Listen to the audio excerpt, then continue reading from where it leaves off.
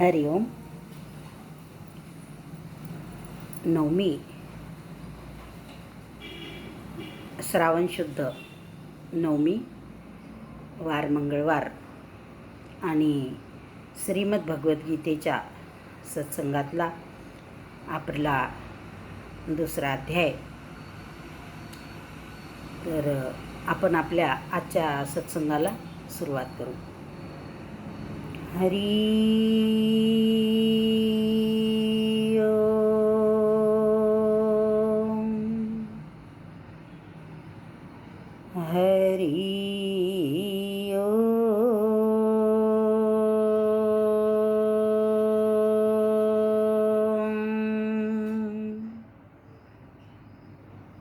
हरी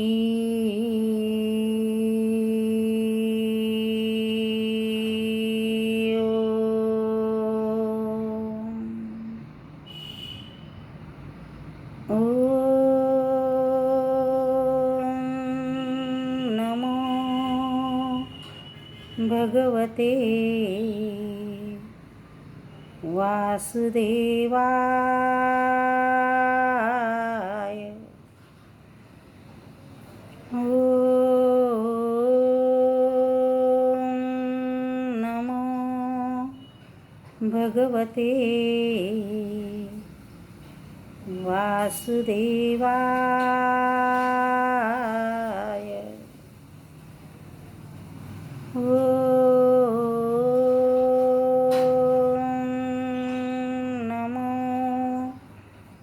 भगवते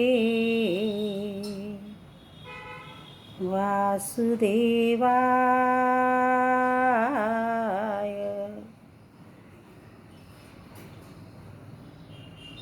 वासुदेवाय.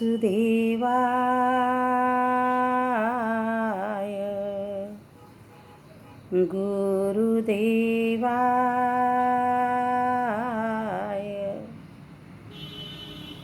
आत्मदेवाय.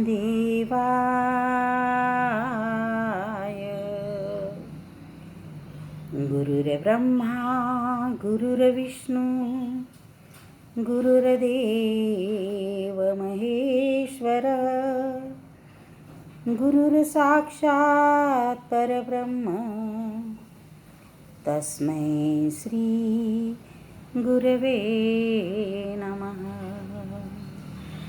वसुदेवसुतं देवं कंसचाणूरमर्दनं देवकी परमानन्दं कृष्णं वन्दे जगद्गुरुं.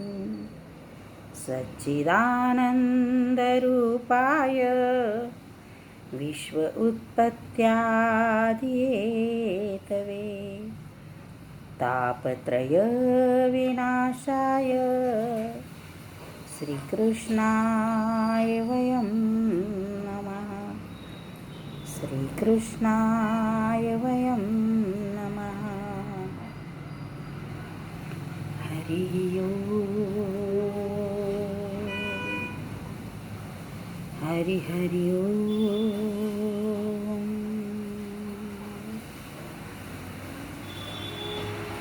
सच्चिदानंद स्वरूप असणारा परमात्मा तो आपला आत्मा बनून आला आणि तोच परमात्मा शिवरूप घेऊन शिवस्वरूपी परमात्मा गुरुरूप घेऊन आपल्यासमोर उभा आहे.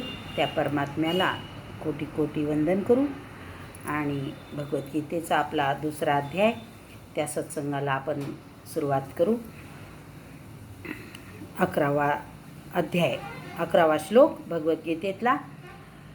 काल आपण पाहिलं होतं की भगवान हातपाय गाळून बसणाऱ्या अर्जुनाला पाहून भगवान म्हणाले, किंचित हसल्यासारखं करून भगवान श्रीकृष्ण त्याला म्हणतात, भगवंतानं दोन्ही सैन्यांच्या मध्ये म्हणजे एका बाजूनं आसुरी संपदा आहे, एका बाजूनं दैवी संपदा आहे आणि या दोन्हींच्या मध्ये जीव आणि शिव किंवा जीव आणि परमात्मा दोघंजण आहेत.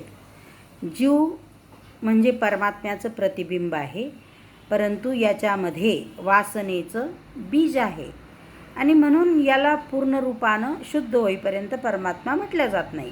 नाहीतर आहे हा परमात्माच. तर आता तो परमात्मा अर्जुनाला काय म्हणतो? श्री भगवान वाच अशोचानन्वशोचस्व अशोचानन्वशोचस्त्वं प्रज्ञावादांश्च भाषसे गतासून गतासूंश्च नानुशोचन्ति पंडिताः. अरे अर्जुना, तू ज्यांचा शोक करणे योग्य नाही त्यांचा तू शोक करीत आहेस, आणि पुन्हा वर माझंच कसं बरोबर आहे अशा पंडित्याच्या गोष्टीसुद्धा तू करीत आहेस. जे ज्ञानी आहेत, जे खरे पंडित आहेत, ते जिवंत असलेल्यांबद्दल किंवा मेलेल्यांबद्दल शोक करत नाहीत. जे ज्ञानी आहेत किंवा जे पंडितही आहेत, पंडिताच्या वरचा ज्ञानी आहे. तर जो ज्ञानी आहे किंवा जो पंडित आहे ते जिवंत असलेल्यांबद्दल किंवा मेलेल्यांबद्दल शोक करत नाहीस. तू पांडित्यपूर्ण गोष्टी खूप करतोस, परंतु तू खरा ज्ञानी नाहीस. गोष्टी तर खूप मोठ्या मोठ्या सांगितल्या, मग तू शोक केला असता का? नसता केला. श्रीमद भागवतामध्ये याच्याबद्दल एक उदाहरण आहे. ज्ञानी शोक करतो का, आणि करत असला तर कशासाठी करतो? तर भगवद्गीतेमध्ये हे उदाहरण नाही, पण गुरुदेवांनी पण खूप वेळेस सत्संगात हे उदाहरण सांगितलेलं आहे की एका सर्वसामान्य तुमच्या माझ्यासारख्या संसारी माणसाची एकदा बकरी मरते, आणि ती बकरी मेल्यानंतर तो माणूस खूप जोराजोरात रडायला लागतो. अगदी माणूस मेल्यासारखं रडतो, आणि कारण ती त्याच्या उदरनिर्वाहाचं साधन असते बकरी. ती बकरी मेल्यानंतर त्याला अत्यंत शोक होतो. तर एक महात्मा असतात, तर ते महात्मा रस्त्यानं जात असतात, तर ते थांबतात तिथं, विचारतात काय झालं काय नाही. तर मग हा सांगतो की माझी बकरी मेली. तर मग महात्मा म्हणतात की अरे काय त्याच्यासाठी शोक करतो? ती जाणारीच वस्तू आहे ना. नाशिवंत देह जाणार सकळ, आयुष्य खातो काळ सावधान. तर ते जाणारीच वस्तू आहे, त्याच्यामुळं त्याच्यासाठी शोक करण्यात व्यर्थ विनाकारण वेळ घालवू नको. तर कशाला रडतो? आणि शोकावर हा सगळा मायेचा पसारा आहे. एका बकरीवर जर तुझा इतका जीव जडला, तर खरोखर या ठिकाणी 2 पायाचा मनुष्य असता, तो तुझा कोणी आप्तेष्ट असता, तर मग तू काय केलं असतं? तू तर जीवच सोडून दिला असता. तर तुझा शोकावर एखादी दुसरी बकरी घे, मदत लागली तर माझ्याकडून घे, आणि पुन्हा आता तुझं जीवन पहिल्यासारखं तू चालू कर. तो म्हणतो महाराज बरोबर आहे, बकरी तुमची नाही ना माझी आहे ना, त्याच्यामुळं दुःख मलाच होणार, आणि बकरी गेल्याचं दुःख तुम्हाला काय? आणि मग तो जसा आपण माणूस कसा रडतो तसा, ती चांगली होती, मी तिला इथं चरायला नेत होतो, ती याचा पाला आवडीनं खात होती, ती असं दूध देत होती, इत्यादी इत्यादी तो रडतो. मग कालांतरानं त्या आठवड्यानंतरच काय होतं पहा, महाराजचा नातू मरतो, महात्म्याचा. तर महात्म्याचा नातू मेल्यानंतर महात्मा खूप जोराजोरात रडायला लागतात. आता नेमका एका गावात असल्यामुळे हाही तिथून जातो, तर हा पाहतो. तर हा म्हणतो की महाराज गोष्टी तर मोठ्या पांडित्यपूर्ण करत होते, जसं भगवंत म्हणतात की तसं, पण शोक तर मोठे करून राहिले. मला सांगत होते बकरीसाठी रडू नको, आता हे माणसासाठी रडतात. तो पाहतो, पण त्याच्या एक गोष्ट लक्षात येत नाही, त्याच्या घरातले सगळेच लोक रडत असतात, तेव्हा महाराज पाहत असतात नुसते महात्मा. आणि ज्यावेळेस महात्मा त्या सगळ्यांना रडू देतात आणि त्यांचं रडणं बंद झालं की त्यांच्यापेक्षा दुप्पट जोरात आवाजात महात्मा रडू लागतात, आणि महात्मा रडायला लागल्यानंतर बाकीचे सगळे रडणं बंद करतात. मग हा म्हणतो की तिथं बसतो हा, मग सगळं होतं. मग हा म्हणतो महाराज, एकांतात गाठतो त्यांना आणि म्हणतो तुम्ही त्या दिवशी तर मोठं खूप सांगत होते मला, आणि आज तुम्ही तर रडत होते. मग महात्मा म्हटले मग रडणार नाही का? तो माझा नातू नाही का, त्याच्यासाठी रडू नको? तर म्हणले तुम्ही तर त्या दिवशी सांगितलं की नाशिवंत देह जाणार सकळ, हे सगळं जाणारं येणारे शरीर हे मरण धर्म आहे, याला कधी ना कधी मृत्यू येणारच, ती सांभाळून ठेवण्याची वस्तू नाही आहे, आणि त्याच्यातून आपण जिवंत असतानाच आपलं मन काढून घेतलं पाहिजे. आणि तुम्ही खूप मला ज्ञान सांगितलं त्या दिवशी, मग आता तुम्ही का रडता? महात्मा म्हटले हळू आवाजात, म्हणले इकडे जवळ ये माझ्या. तो गेला महात्म्याच्या जवळ. म्हटले मी रडायला सुरुवात केल्यावर तू पाहिलं का सगळेजण चुपचाप बसले? म्हटले हो. म्हणले माझं रडण्याचं फक्त हेच कारण आहे, मी जे तुला सांगितलं त्या गोष्टीवर मी ठाम आहे, आतून मला कोणचीच आसक्ती नाही आहे. आणि जेव्हा माझ्यासारखा माणूस रडतो तेव्हा दुसऱ्या लोकांना असं वाटतं की आपलं रडणं बरोबर आहे आणि हे सुद्धा आपल्या दुःखात सहभागी आहेत, म्हणून त्यांनी त्यांचं रडणं, त्यांचा शोक कमी केला मी इतक्या जोरात रडायला लागल्यावर. आणि दुसरी गोष्ट म्हणजे माझ्या सुनेला असं वाटायला नको की कारण तिची बुद्धी, तिची मती अल्प आहे, तर माझा मुलगा गेल्यानंतर माझ्या सासऱ्याला शोक झाला नाही, तिला असं वाटू नये, त्याच्यासाठी या अज्ञानी जीवांसाठी मी हे प्रदर्शन केलं. आत मात्र मी निर्लेप जसा आहे तसाच आहे, म्हणून ज्ञानी दोन प्रकारे शोक करत असतात. परंतु हे अर्जुना, तू पांडित्यपूर्ण गोष्टी सांगतोस परंतु शोक मात्र खूप आहे, तर तू ज्ञानीही नाहीस आणि पंडितही नाहीस. तर कारण नत्वेवाहं जातु नासं नत्वनेमे जनाधिपः न चैव न भविष्याम सर्वे वयमतः परम. अरे मी म्हणजे आध्यात्मिक सद्गुरू पूर्वी नव्हतो असे नाही, किंवा दयाशीलतेचा अधिकारी तू अगर हे राजे म्हणजे राजसी वृत्तीत वसत राहणारे, यांना पूर्वी अहंकार नव्हता असेही नाही, आणि तसेच आपण सर्वजण यापुढे असणार नाही असेही नाही, कारण की सद्गुरूंचं अस्तित्व जे आहे ते सदा असते.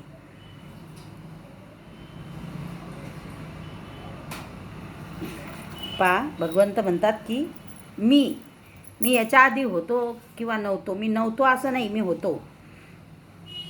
किंवा तू दयाशील नव्हता किंवा तू राजा आहे तर राजसी वृत्तीत तू नाहीस, किंवा तुझ्यासारखे अनेक लोक याच्या आधी होऊन गेले नाही असंही नाही. तर अर्जुना, आणि त्या लोकांना अहंकार नव्हता असंही नाही, तर आपण सर्वजण यापुढे असेच राहणार नाही असंही नाही. सद्गुरूचं जे अस्तित्व आहे ते सदैव असते आणि तुझ्यासारखे जे लोक आहेत त्यांचंही अस्तित्व सदैव असते. आता पहा, सद्गुरूंचं अस्तित्व सदैव असते याचा अर्थ असा सांगतात या ठिकाणी गुरुदेव की शरीर अनेक जातीन गुरूंचे, पण त्यांचं जे शाश्वत ज्ञान जे आहे अखंड वाहणारं, तर ते कोणत्या ना कोणत्या रूपात आपल्या समोरून येत राहीन. जसा योग वसिष्ठ महारामायण, श्री तुलसी रामायण, श्री वाल्मिकीकृत रामायण, श्रीमद भगवद्गीता, श्रीमद भागवत हे ज्यांनी लिहिले ते महात्मे आज या पृथ्वी तलावर नाहीत, परंतु त्यांनी दिलेल्या ज्ञानाची अखंड प्रवाहित धारा कोणाच्या ते गुरुतत्व कोणाच्या ना कोणाच्या मुखातून आज अखंड निसृत होत आहे. आज आपण सगळे अनुभव करत आहोत की आपले गुरुदेव शाश्वत स्वरूपात आपल्या मध्ये नाही आहेत, परंतु त्यांचं ज्ञान जे आहे ते गुरुतत्व रूपानं आजही आपल्या अंतःकरणात खेळत आहे. आणि नुसतं त्या ज्ञान ऐकून गुरुदेवांचं स्मरण जरी झालं तरी आपलं हृदय जे आहे ते गदगद भरून येतं. याचा अर्थ असा आहे की आपण दयारूपी अर्जुन आहोत, अनुरागरूपी अर्जुन आहोत, प्रेमरूपी अर्जुन आहोत, आणि गुरुदेवांचं तत्व जे आहे ते कुणाच्या ना कुणाच्या मुखातून आज बाहेर पडत आहे, आपण ते ऐकत आहोत, श्रवण करत आहोत. तर म्हणून गुरु तत्व जे आहे ते सनातन म्हणजे कधी न मिटणारं आहे. आणि मला तरी असं वाटतं अनेक सत्संग आपण ऐकतो, कारण की माझ्यासारख्या लोकांना बहुश्रुत असणे खूप गरजेचं असतं, परंतु गुरुदेवांनी इतका असा कोणताही विषय हाताळलेला नाही आणि कोणत्या विषयाचं ज्ञान सांगितलं नाही, आणि ते सुद्धा सहज भाषेत असं अजिबात झालेलं नाही आहे. म्हणजे आपली घागर इतकं चारी अंगानं पूर्ण भरलेली आहे आणि आपण त्याच्यातून किती घेतो हे आपल्या हातात आहे. म्हणून सांगतात की अरे हा योग जो आहे म्हणजे दया म्हणजे शिष्य आणि गुरुतत्व म्हणजे गुरुदेव, हा योग असाच युगानुयुगे अस्तित्वात राहणार आहे. म्हणून भगवंत या ठिकाणी एका ठिकाणी म्हणतात, अर्जुना तुझ्या आधी मी हे ज्ञान सूर्याला सांगितलं, सूर्याआधी ते ज्ञान ब्रह्मदेवाला होतं, मग ते मी सूर्याला सांगितलं, सूर्यानं मनूला सांगितलं आणि मनूनं मग मनूपासून हे ज्ञान या पृथ्वी तलावर प्रवाहित झालं. मनो म्हणजे इथं मन घ्या. शरीर किती बदलतील, पण आता तुम्ही जे ऐकत आहात किंवा तुम्ही जे गुरुदेवांच्या मुखातून ऐकलेलं आहे किंवा ते तुम्ही कोणाच्या मुखातून ऐकलेलं आहे, त्याचा संस्कार तुमच्या चित्तावर पडलेला राहील.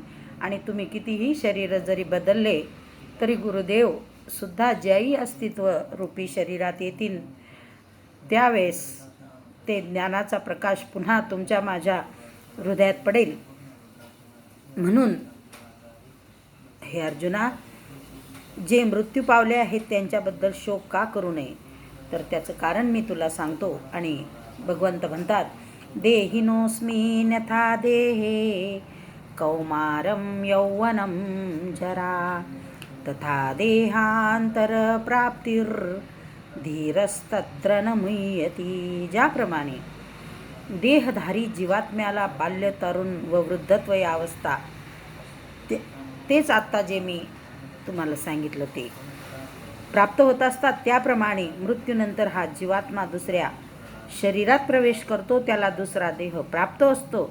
परंतु ज्ञानी जसा अज्ञानी जीव मरत असताना तडफडतो, त्याप्रमाणे ज्ञानी जो आहे तो कधी मोह पावत नाही आणि मृत्यू आल्यानंतर गोंधळून सुद्धा जात नाही.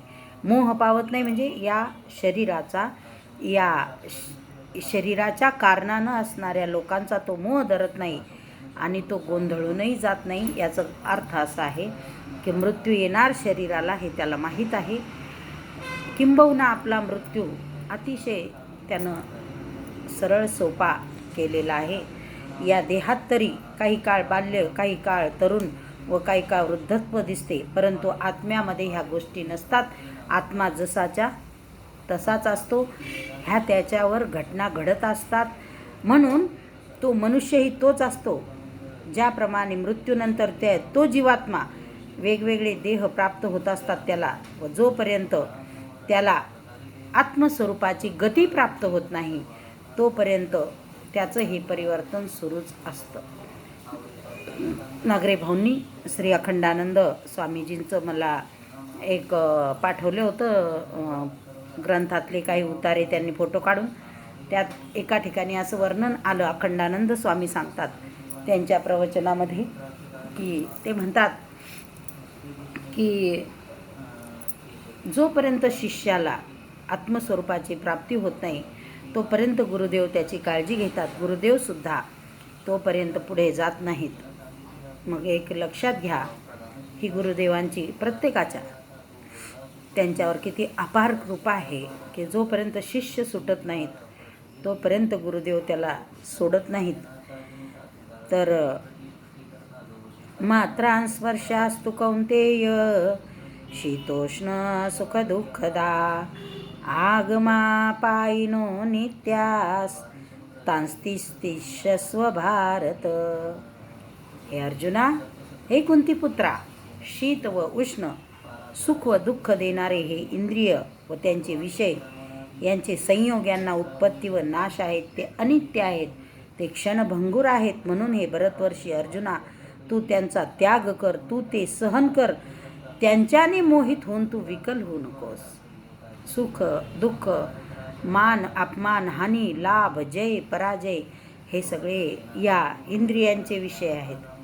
खरंच अध्यात्मात पडल्यावर जर आपण हे खरोखर लक्षात घेतलं तर संसार दुःखाचं मूळच आहे. याची जागोजागी प्रचिती आपल्याला येत असते. कोणाला आज येते, कोणाला उद्या येते.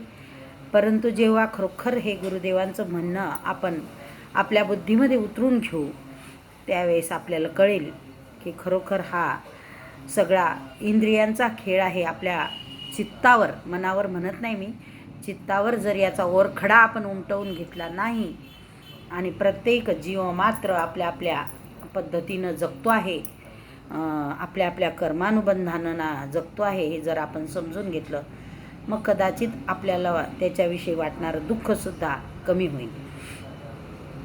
म्हणून हे अर्जुना, तू इंद्रिय व विषयांच्या संयोगातून निर्माण होणाऱ्या सुखाच्या चिंतनाने, तू शाश्वत सुखाच्या चिंतनाने विवळ नाही झालास, मग उद्या हे नातेवाईक राहणार नाही. तर यांचं सुख म्हणजे कशाचं सुख आहे? इंद्रियाचं सुख आहे. आईकडून वात्सल्य सुख मिळतं, स्त्रीकडून शरीर सुख मिळतं, पुत्राकडून प्रेम सुख मिळत असतं, नातेवाईकांकडून आपल्या अहंकाराची पुष्टी होत असते. आणि म्हणून हे सगळे जे आहेत, हे अर्जुना, तू हे सगळं निघून जाईन याच्या चिंतनानं तू विव्हळ झालेला आहेस. इतका सद्गुणी व श्रेष्ठ आचरण असणारा अर्जुन जर इतका गोंधळून गेला की कुलधर्म, कुलगुरूंची पूजनीयता किंवा त्यांच्याबद्दल असणारा नितांत आदर, ह्या सर्व गोष्टी म्हणजे इंद्रियांची क्षणिक ओढ आहे. परंपरागत चालत आलेल्या गोष्टी, याची ओढ जी आहे ही क्षणिक ओढ आहे. या भावना, हे स्नेह, हे आदर जे आहे, निश्चित यांच्याकडून मिळत असलं तर आपलं भाग्य समजावं. आणि हे जर मिळत नसलं तर गुरुदेव सांगतात त्याप्रमाणे की वा प्रभुवा, मला जर कोणाकडून तिरस्कार, दुःख मिळत असेल तर संसारातून माझं मन काढून टाकण्यासाठी तू माझ्यावर ही कृपा करत आहेस असं समजावं. जर प्रेम मिळत असेल तर वा प्रभू, ही तुझी कृपा आहे आणि मी अजून जास्ती ही तुझी कृपा प्राप्त करण्यासाठी मी तुलाच भजेन असं म्हणावं. कारण की हे सर्व क्षणिक आहे, हे नाशवंत आहे. कारण की या विषयांचा संयोग कधीच नित्य असत नाही. व्यवहारामध्ये पहा तुम्ही, आज आपलं खूप पटत असतं एखाद्या माणसाशी, कधीतरी आपलं त्याच्याशी पटत नसतं. आणि खूप दिवसापासून ज्याच्याशी आपलं पटत असतं, कधीतरी काही कारणानं त्याच्याशी आपलं पटत नाही. म्हणजे हे क्षणिक आहे सगळं, हे मनाच्या याच्यावर अवलंबून आहे. आणि म्हणून गुरुदेवांचे सत्संग खूप ऐकून चिंतन मनन करण्यासारखे आहेत. आपल्या आजूबाजूला, आपल्या घरातच आपण या गोष्टीचा अनुभव घेऊ शकतो. तर विषयाचा संयोग कधीच नित्य असत नाही, व तो असणारही नाही. इंद्रियांची तेवढी क्षमतासुद्धा नाही. ही गोष्ट त्याला समजत नव्हती, म्हणून भगवंतानं सांगितलं की या इंद्रियांची क्षमता तेवढी नाही की सतत सुख मिळावं, सतत दुःख मिळावं. तर भगवंत काय व्हायचं सांगतात मग अर्जुनाला की सुखम वा यदि वा दुःखम सयोगी परमो मता. असं कोणचं सुख नाही जे प्रत्येकाच्या जीवनात टिकून राहील, आणि असं कोणचं दुःखही नाही की ते प्रत्येकाच्या जीवनात टिकून राहील. म्हणून हे अर्जुना, या इंद्रियापासून निर्माण होणाऱ्या जाणीवांचा तू त्याग कर किंवा तू त्या सहन कर. पहा किती चांगलं सांगितलं की ह्या इंद्रियांना सुखदुःखाची जाणीव होते, तर तू त्या गोष्टीचा त्याग कर किंवा सुख किंवा दुःख तू सहन करण्याचा काय कर, ते सहन कर. पण अर्जुनाला ते सहन करणे अशक्य आहे का? नाही. पहा, हे सगळं सहन करत असताना आता इतके सुंदर उदाहरणं दिलेले आहेत. म्हणून तुकाराम महाराजांचं खूप सुंदर वाक्य आहे त्यांच्या अभंगातलं की रात्रंदिन आम्हा युद्धाचा प्रसंग. मग युद्ध करायचं आहे, पण कुठं करायचं आहे? त्या ठिकाणी भगवंत म्हणतात, ही काय हिमालयातली लढाई आहे का की 0 डिग्रीवर तुम्हाला तिथं बॉर्डरवर उभं राहायचं आहे? का रेगिस्तानमधली आहे की अतिशय, पण त्रास त्याच्यापेक्षा जास्त होतो घरात आपल्याला. पहा की जिथं उष्णतेचे नुसत्या लाटाच्या लाटा रेती घेऊन वाहत आहे, त्या रेगिस्तानमध्ये आजही आपल्या भारत मातेच्या रक्षणासाठी सैनिक उभे आहेत. त्यांना आपल्यापेक्षा किती त्रास आहे, आणि त्यांचे तर आपतेष्ट आपल्याजवळ नाही आहेत, आणि आपण घरात बसलेलो आहे. मग एवढी थंडीही नाही आपल्याला, एवढे उष्णतेच्या लाटाही नाही आहेत. मग ही तर समशीतोष्ण वातावरणावर असणाऱ्या कुरुक्षेत्रावरची लढाई होती, जिथं शीत आणि उष्ण दोन्ही समप्रमाणात आहेत. अशा या हृदय प्रदेशातली ही लढाई आहे. अर्थात या सर्व बाह्य गोष्टी आहेत, ही हृदय देशाची लढाई आहे. पुढं ते सांगतात भगवंत, हा संघर्ष आहे, त्याचं चित्रण हृदयात सुरू आहे. मुलगा असा वागला, मुलगी अशी वागली, सून अशी वागली, जावई असा वागला, माझा नवरा असा वागतो, माझी बायको अशी वागते. हे सगळे जर चांगले वागत असले, माझ्या मनाला सुख आहे. हे जर याच्यातलं एखादं जरी वाईट वागत असलं आणि बाकीचे जर सुख देणारे असले, तरी त्या एक गोष्टीला पकडून माझ्या मनाला दुःख आहे. मग याच्यावर उपाय काय भगवंत म्हणतात तर आसुरी संपदेचं दमन करून सर्व संग परित्याग करून ईश्वरामध्ये विलीन व्हायचं. हे सर्व विचार डोक्यातले काढून टाकून त्या परमेश्वरामध्ये विलीन होऊन जायचं. मन बुद्धीसह भगवतमय झाल्यावर तिथं एक दिवस असं होईल की आसुरी संपदा तर निघून जातीलच, हे विचार निघून जातील, पण परमात्मासुद्धा राहणार नाही. नामही उरणार नाही, नामीही उरणार नाही. मी तू पण जाऊ दे हरी, कोणीच नाही उरणार. मग योगी अशा पूर्णत्वाला पोचल्यानंतरच त्याला परम शांती प्राप्त होईल. ही शांती गुरुदेवांच्या जवळ आहे. आणि म्हणून गुरुदेव आज विषम परिस्थितीमध्ये सुद्धा सुखी आहेत, शांत आहेत. तुम्ही जर 21 जूनचा व्हिडिओ जर पाहिला असेल, जागतिक योग दिवसाचा, ज्या गुरुदेवांनी लाखो लोकांना आपल्यासमोर बसून योग शिकवला आणि योग शरीराचाच नाही शिकवला तर जीवाचा परमात्म्याशी मिलनाचा योग शिकवला, ते गुरुदेव अगदी हसत हसत पुन्हा एका माणसाच्या सांगण्यावरून योग करत होते सगळ्यांच्या समोर बसून. खरं म्हणजे ही गुरुदेवांची शिकवण जी आहे, ही शिकवण आपल्याला खरंच शिकवते की संसारामध्ये राहत असताना कशीही परिस्थिती आली तर आपण कसं राहिलं पाहिजे. म्हणून पूर्णत्वाला पोहोचले गुरुदेव, म्हणून ते शांत आहेत. कारण की आता तिथं दृष्ट प्रवृत्ती नाही आणि सृष्टसुद्धा नाही. तिथं आक्रमण नाही कोणत्या गोष्टीचं. या प्रवृत्ती इंद्रियांच्या जाणीवा यांचा त्याग का करायचा, त्यानं काय लाभ होईल.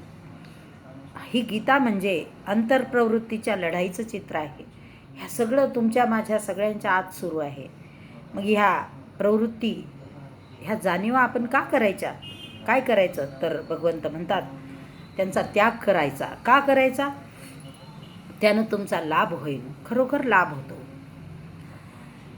यम हि न व्यथयन्ते ते पुरुषं पुरुषर्षभ समदुःख सुखम धीरम सोमृतत्वाय कल्पते. श्रीकृष्ण म्हणतात, हे पुरुष श्रेष्ठ अर्जुना, जो मनुष्य सुख आणि दुःख समान समजतो व जो त्यांनी विचलित होत नाही, म्हणजे या दोन्ही अवस्थामध्ये सुख आलं तरीसुद्धा आणि दुःख आलं तरीसुद्धा जो स्थिर असतो तो मोक्षाला योग्य होतो, तो अमृतत्व प्राप्त करण्यास योग्य होतो. अर्जुनाला असं वाटतं की या युद्धाचा परिणाम म्हणजे जिंकलो तर पृथ्वीचं राज्य, अमृत्यू आला तर स्वर्ग. परंतु भगवंत म्हणतात तसं नाही, तुला स्वर्ग मिळेल ना पृथ्वी, परंतु तुला अमृत मिळेल. काय मिळेल, अमृत, अमरत्व प्राप्त होईल. ते कोणचं अमरत्व प्राप्त होईल ते उद्याच्या श्लोकामध्ये आपण पाहू. 15वा श्लोक आपला झालेला आहे. आपण 11 ते 15 5 श्लोक घेतले. पुढचा भाग भगवंत काय सांगतात ते आपण पाहू. सुखी राहा, स्वस्थ राहा, पण घरामध्येच राहा. हरिओम हरिओम हरिओम.